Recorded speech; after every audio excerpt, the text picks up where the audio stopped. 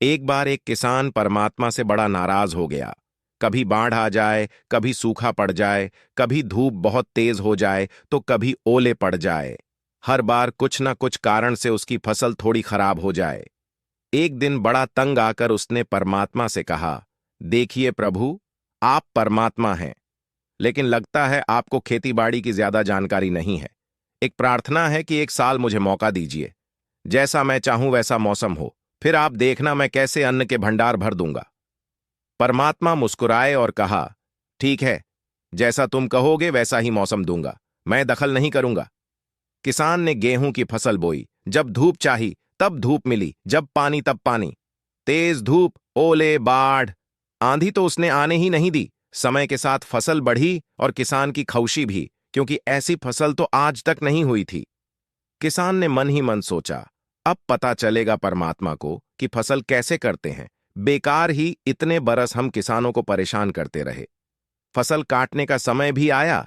किसान बड़े गर्व से फसल काटने गया, लेकिन जैसे ही फसल काटने लगा, एकदम से छाती पर हाथ रखकर बैठ गया। गेहूं की एक भी बाली के अंदर गेहूं नहीं था, सारी बालियां अंदर से खाली थी। बड़ा दुखी होकर उसने परमात्मा से कहा, प्रभु ये क्या हुआ? तब परमात्मा बोले, ये तो होना ही था। तुमने पौधों को संघर्ष का जरा सा भी मौका नहीं दिया। ना तेज धूप में उनको तपने दिया, ना आंधी ओलों से जूझने दिया। उनको किसी प्रकार की चुनौती का एहसास जरा भी नहीं होने दिया।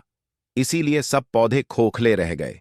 जब आंधी आती है, तेज बारिश होती है, ओले गिरते हैं, तब पौधा अपने बल से ही खड़ा रहता है। वो अपना अस्तित्व बचाने का संघर्ष करता है, और इस संघर्ष से जो बल पैदा होता है वो ही उसे शक्ति देता है, ऊर्जा देता है, उसकी जीवटता को उभारता है। सोने को भी कुंदन बनने के लिए आग में तपने, हथौड़ी से पिटने, गलने जैसी चुनौतियों से गुजरना पड़ता है, तभी उसकी स्वर्णिम आभा उभरती है, उसे अनमोल बनाती है।